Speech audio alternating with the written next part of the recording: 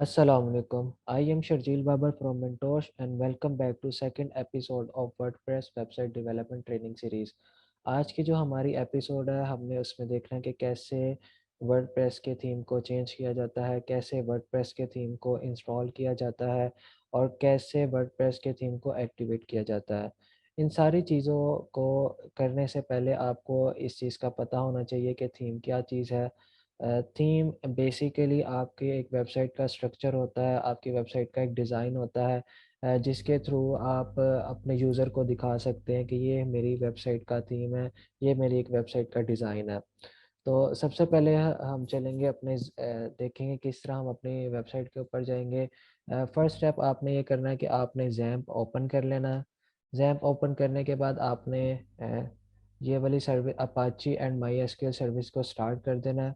Start करने के बाद आप गूगल पर जाएँगे, गूगल पर सर्च करेंगे लोकल होस्ट और स्लैश फ़ोल्डर का नाम से हमने अपनी वेबसाइट क्रिएट करनी है।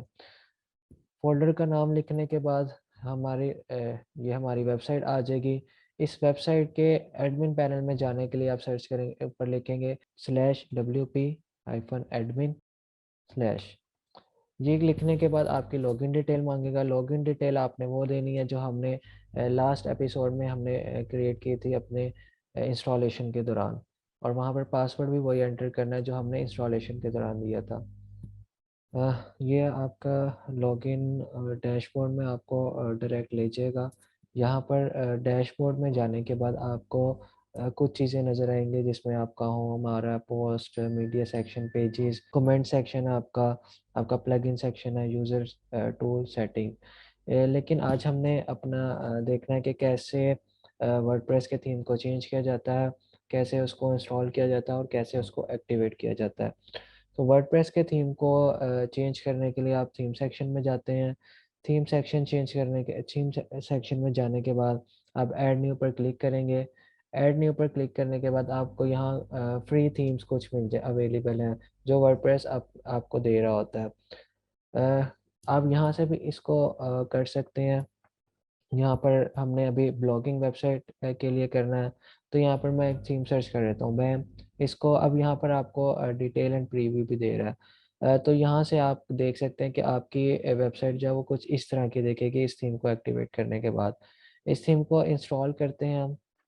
इंस्टॉलेशन में थोड़ा सा टाइम लेता है ये, लेस देन 1 मिनट या मे बी 1 डेढ़ मिनट ले लेता है ये। तो यहाँ पर ये इंस्टॉल हो चुका है। इंस्टॉलेशन के बाद जो है अब ये आपको ऑप्शन देगा एक्टिवेशन की। एक्टिवेट के बटन पर क्लिक करें इसके, तो ये थीम जो है ये एक्टिवेट हो जाएगा। तो आप देख सकते हैं कि हमारी जो वेबसाइट अगर लुक देखें तो ये कुछ इस तरह की हो गई है। अभी इसके अंदर कोई डाटा नहीं है तो इस वजह से हमें वो उस तरह का शो नहीं कर रहा। ये अगर हम अपने थीम सेक्शन में जाएँ तो देखें आपको अब वो यहाँ पे 4 थीम दे रहा है। 3 बाय डिफ़ॉल्ट जो थे उसने जब हमने इंस्टॉलेशन की थी तब ये हमारे पास बाय डिफ़ॉल्ट यहाँ पर शो हो रहे थे। लेकिन अब वो यहाँ पर हमें 4 थीम दे रहा है।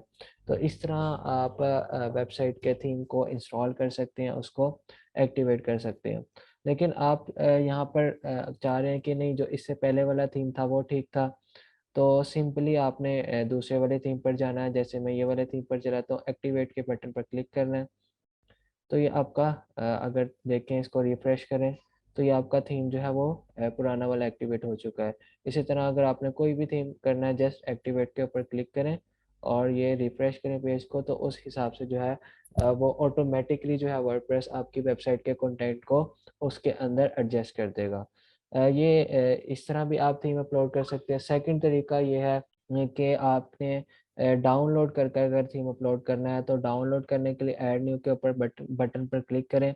यहाँ पर अपलोड थीम की ऑप्शन आ रही है, यानी आपकी कोई डाउनलोडेबल फाइल है, तो डाउनलोडेबल फाइल भी आप यहाँ से wordpress.org की वेबसाइट से ले सकते हैं। यहाँ पर आप wordpress.org के थीम सेक्शन में जाएं और थीम सेक्शन में जाकर, जैसे मैंने अभी सर्च किया था यहाँ पर बैम थीम, मैंने वहाँ पर सर्च किया था। इसको बैम थीम हम यहाँ से भी इसको डाउनलोड कर सकते हैं। डाउनलोड के बटन पर क्लिक करें तो आपका बैम थीम जो है वो डाउनलोड स्टार्ट हो जाएगी। तो ये देखें, आपका बैम थीम जो है वो डाउनलोड हो गया। डाउनलोड करने के बाद मैं अपना जो हमारा पुराना वाला थीम था इसको डिलीट कर देता हूँ। डिलीट भी सिंपली आपने थीम सेक्शन में जाना है। थीम सेक्शन में जाकर आपने कोई इसके अलावा कोई और थीम एक्टिवेट कर लेना, जैसे मैं ये वाला एक्टिवेट कर लेता हूँ। और नेक्स्ट इस थीम के ऊपर क्लिक करना और यहाँ पर डिलीट की ऑप्शन आ रही होगी, इसको हम डिलीट कर लेते हैं। डिलीट करने के बाद अब हमने अपना डिवाइस के थ्रू हमने इसको अपलोड करना है। अपलोड करने के लिए हम ऐड न्यू के ऊपर क्लिक करेंगे।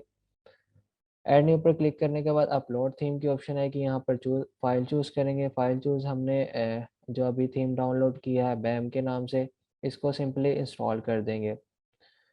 इंस्टॉलेशन के दौरान अब यहाँ पर ये आपको एक्टिवेट इंस्टॉल हो चुका है, यहाँ पर आप एक्टिवेट कर दें इसको, तो ये आपका थीम एक्टिवेट हो चुका है। साइट को अगर दोबारा रिफ्रेश करें तो ये आपका थीम एक्टिवेट है।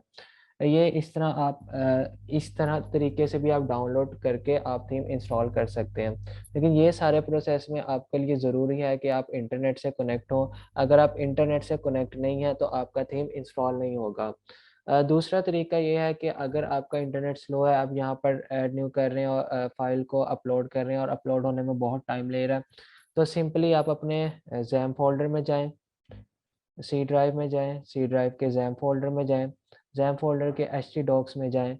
htdocs में जाकर हमने जिस नाम से अपना फ़ोल्डर क्रिएट किया था उस फ़ोल्डर पे जाएँ। वहाँ पर WP कंटेंट के नाम से फ़ोल्डर होगा, उस फ़ोल्डर के अंदर थीम्स के नाम से फ़ोल्डर होगा। यहाँ पर सिंपली आपने उस थीम को जो हमारी फ़ाइल है जो हमने डाउनलोड किया उसको अपलोड कर देते हैं। देखिए अभी यहाँ पर हमारे पास 4 थीम आ रहे हैं, जिसमें जो है बैम है, 2019 है, 2020 है और 2021 है। मैं सेम इसी तरह जो हमारा बैम थीम है इसको यहाँ से डिलीट करता हूँ, ताकि हम इसको दोबारा अपने लोकल के थ्रू हम इसको कर सकें। सिंपली एक्टिवेट के बटन पर क्लिक करें, कोई और थीम एक्टिवेट करें और इस थीम डिटेल पर क्लिक करके इसको डिलीट कर दें इस थीम को। डिलीट करने के बाद अगर इसको देखें तो यहाँ पर बैम फ़ोल्डर डिलीट हो चुका है। अब सिंपली हमने यहाँ पर इसको डाउनलोड किया था, जहाँ पर डाउनलोड किया था हम देख लेते हैं। ये हमारा बैम थीम है, इसको कॉपी करें। कॉपी करने के बाद सिंपली ज़ैम फ़ोल्डर में जाएँ अपने। ज़ैम फ़ोल्डर में जाने के बाद htdocs में जाने के बाद फ़ोल्डर का नाम, फ़ोल्डर के WP कंटेंट में, थीम्स के फ़ोल्डर में और यहाँ पर इसको पेस्ट कर दें। पेस्ट करने के बाद आप इसकी फ़ाइल को यहाँ पर इसको यहाँ पर एक्सट्रैक्ट कर दें। एक्सट्रैक्ट करने के बाद आप सिंपली जो हमारी ज़िप फ़ाइल थी उसको डिलीट कर दें। यहाँ पर देखें अगर इसको रिफ्रेश करें तो अब हमारे पास बैम थीम आ रहा होगा। ये हमारे पास बैम थीम आ गया। इसको यहाँ से एक्टिवेट कर दें। ये थे हमारे 3 तरीके मैंने आपको बताए आज की इस एपिसोड में कि किस तरह आप थीम को इंस्टॉल कर सकते हैं, चेंज कर सकते हैं और एक्टिवेट कर सकते हैं। पहला तरीका हमारा था कि हम ऐड न्यू पर क्लिक करके ऑनलाइन जो हमारे जो जहाँ से हम डाउनलोड कर सकते हैं, जहाँ पे वर्डप्रेस हमें प्रोवाइड करता है, वहाँ से डाउनलोड कर सकते हैं एक्टिवेट। दूसरा तरीका था कि वर्डप्रेस की जो ORG वेबसाइट है वहाँ से थीम सेक्शन में जाकर हम उसको डाउनलोड कर सकते हैं। अपलोड थीम में जाकर उसको बाद में जो हमारी डाउनलोडेबल फ़ाइल है उसको अपलोड करके थीम को एक्टिवेट कर सकते हैं। जो तीसरा तरीका था वो हमारा था कि हमने ज़ैम फ़ोल्डर में जाना है, ज़ैम फ़ोल्डर के htdocs फ़ोल्डर में जाकर थीम्स के WP कंटेंट के थीम फ़ोल्डर में जाकर हमने उस थीम की ज़िप फ़ाइल को एक्सट्रैक्ट करके वहाँ अ, डिलीट कर देना ज़िप फ़ाइल को और जब यहाँ पर आके रिफ्रेश करेंगे तो आपका थीम इंस्टॉल हो चुका होगा। ये आज के लिए बस इतना ही, इंशाल्लाह मिलते हैं नेक्स्ट वीडियो में। अल्लाह हाफ़िज़।